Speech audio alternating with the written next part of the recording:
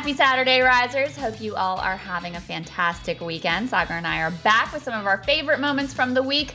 Americans across the country have continued to protest and demand reform after the killing of George Floyd. We had former national co-chair to the Sanders campaign, Nina Turner, weigh in on the call for more than the appearance of Black leadership. That call coming from Dr. Cornel West. Let's take a listen. It is not enough just to have somebody of a certain ethnic or racial group in leadership if that person or those people don't have a deep-seated commitment to justice and to love. And what Dr. West is saying, he's saying the same thing that James Baldwin said when he wrote in his book, The Fire Next Time, the letter to his nephew about the conditions, the racialized conditions in this nation. And so Dr. West is making people very uncomfortable, especially the Democrats, and they should be uncomfortable. You know, for me right now, this is not about your political affiliation. This is about right or wrong, whether or not you have the commitment, the character, the clarity, the vision, and the leadership to sacrifice something and to do the right thing on behalf of Black people in the United States of America. You know, Sagar, I think she said something that is really key, which is that the Democratic leadership is being made uncomfortable. And that's really the key point, because if power is not made uncomfortable by this movement and by the demands of this movement and where this ultimately leads, then it's not going to lead to much, right? If the only demand is, you know, some minor reforms plus Kamala Harris or Val Demings as vice president, then it's not ultimately going to be the sort of systemic change that's going to keep us from coming back to exactly the same moment once again. And so continuing to keep the pressure on, continuing to make power and those who benefit from the status quo uncomfortable, I think is going to be one of the most important and most pressing challenges of where we go from here. Yeah, I mean, I think so. I'm much more cynical, and I do think that that is the direction that it is going to take, and that Kamala and or Val Demings will certainly either not emerge as necessarily as the VP candidate, but very prominent positions.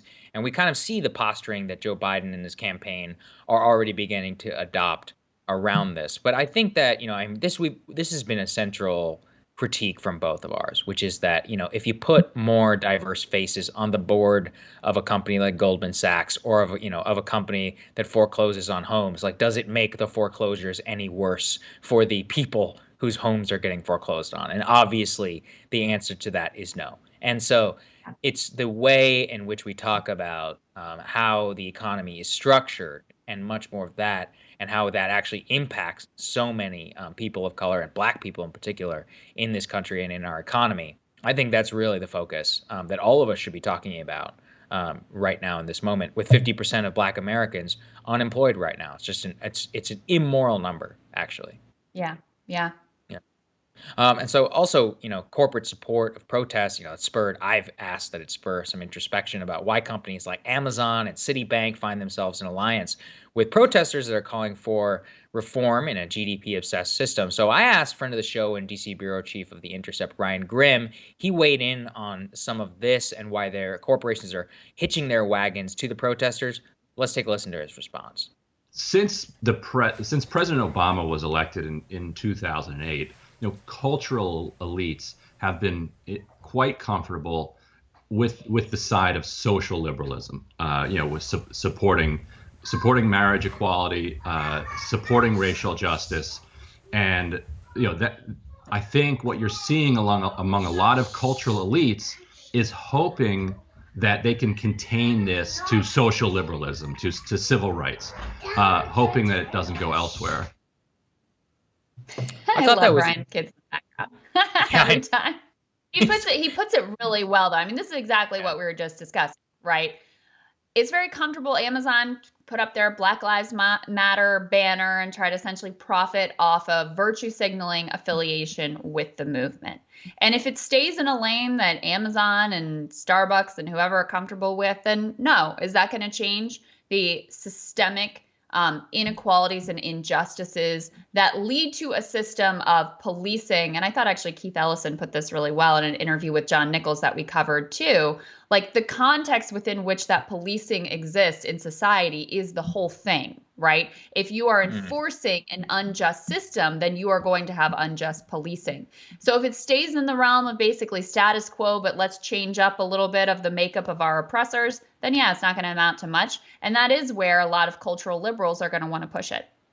Yeah, and I just think that they have so much power and represent so much of what is behind much of this movement that seems to be the direction that things are going. But let me we'll say, see. I do want to say though, it's a pretty unprecedented moment just in terms of the breadth of the activism, the truly multiracial nature, multi-class, age. I mean, there really is a broad cross-section represented here. So I think there's going to be a fight for what these protests mean, what the demands are, what they lead to. And we saw with Occupy Wall Street, for example, the way that one movement can snowball into other things. So Occupy Wall Street leads then into the Bernie Sanders movement, which changes the conversation in the Overton window in America and really changes an entire generation. So no, I mean, I'm more hopeful than I've been a long time to see so many Americans coming out and wanting to fight for something. And now it's up to everybody to make that fight worthwhile and not shrink back to the least of the goals.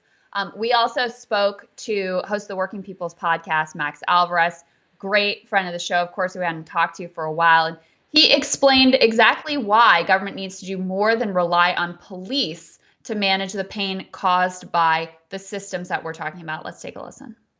We kind of push all these roles onto the police. We essentially turn police into social workers with guns, and clearly that is not working. Clearly we need better systems for protecting working people. We need systems that don't just look at impoverished communities and say, like, there's more crime there, so that's why we need more police there. I mean, there's also, maybe there is more crime, but there's also a need for water systems that don't poison people like in Flint. There's also a need for better schools and good paying union jobs, but we don't give those communities those things. And that's the problem, is that we think of beefing up police again as a system of pain management as the way to deal with these kind of systemic problems. And I think instead of just trying to tweak the ways that we approach policing, we need to think of the reasons that we rely so heavily on police to manage the pain that our system creates so that we can continue walking on a broken foot. Yeah, I mean, on that, couldn't agree more, which is that, I mean, that's something that I absolutely agree on. Like I said, 50% of Black Americans are unemployed. And this is right now, as we're talking, Crystal, there's already a bunch of people are doing backflips in the Republican Party because the unemployment rate is only 13%. They're like, oh, fantastic. It shows that everything worked out. And that's just more evidence of why we don't need a large fiscal response. 13%, of course, still being higher than it ever was at the peak of the Great Recession. So just to put that into a little bit of context, it really is incredible how much ideology can give people brainworms whenever it comes to not wanting to spend money in order to actually help people's lives. And Black Americans actually were some of the first people to lose their jobs at the beginning of this crisis, and they're some of the last people in order to get them back. And that is why, I am so behind an actual good fiscal response to this crisis and making sure that this doesn't put any sort of brakes on that. So on that respect, I'm wholesale agreement with Max and with you, I think. I think he takes a very humanist approach, which is something we strive to do on this show, which is, look, we've covered and witnessed many instances of horrific police violence during these protests, where it is really sort of a mob mentality and actions that are criminal in and of themselves. Outside of George Floyd's murder, we covered the Buffalo officers who shoved an elderly man to the ground, bleeding out of his ears, as many others just sort of stand by and do nothing. But it's too easy and too convenient to just think, oh, this is like a uniquely evil group of people. No.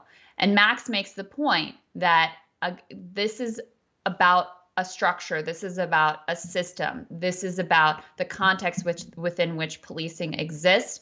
I just think he puts that really well. And I think it's a very, very important point to make in terms of not further dividing, not just trying to draw that line. Here's the good ones and here's the bad ones, so that we can come together and move forward in some sort of productive way that is going to be good for the police and for the policed, the people who are being policed as well.